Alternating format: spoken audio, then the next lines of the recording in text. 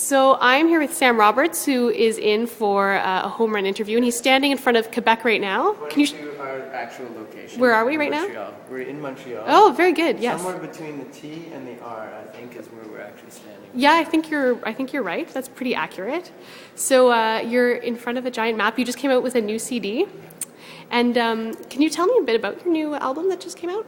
Well, it's called Collider. Mm-hmm. It's been out for a couple of days now, mm-hmm. and been sitting on it like a mother hen on an egg for the last few months, trying to get the thing to hatch, and it's finally happened. So now it's, in terms of the music itself, you're just gonna have to listen to it with your own ears, because it's I don't know if it helps you to have me describe it to you before you hear it. I don't know if that's productive. You have to hear it for yourself. Yeah. As with most music. You have to hear it to believe it, kind of thing. I like that. That's pretty good. So you're probably going to be heading out on tour soon to promote this We're album? heading out in a matter of days. Yeah, we're heading out in 2 days. We're going to start playing the shows and trying to figure out how to play the songs live, which is always a tricky part of the process. How do you figure that out? Well, it figures you out, really. You know, it's you try to duplicate what you did in the studio, and then you realize pretty quickly that that doesn't work on stage.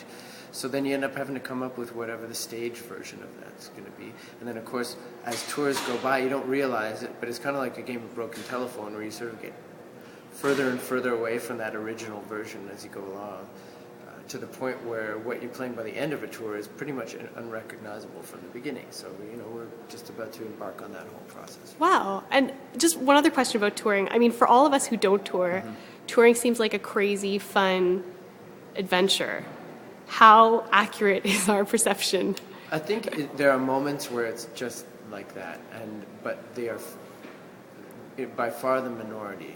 And the reality is that you have a lot of miles to cover, and there's a job that has to be done, and that's, you know, playing the show itself obviously is the band's job, but you have all these other people who you rely on to get you where you need to go, set up the stage every day, make sure everything's working properly, make sure that the show's going to go off hopefully without a hitch, and you know, that's a pretty involved process that requires a lot of people and a lot of planning, and so what ends up happening is that for all those fun moments, you actually spend most of your time actually literally traveling from one place to another and then getting ready for the show. And you kind of get in this, it's a routine. You know, there's a structure to the day that, for all the wild abandon that rock and roll is supposed to be about, there can be this pretty calculated side to it. Thanks, Sam Roberts. It's a pleasure. Thanks for having me.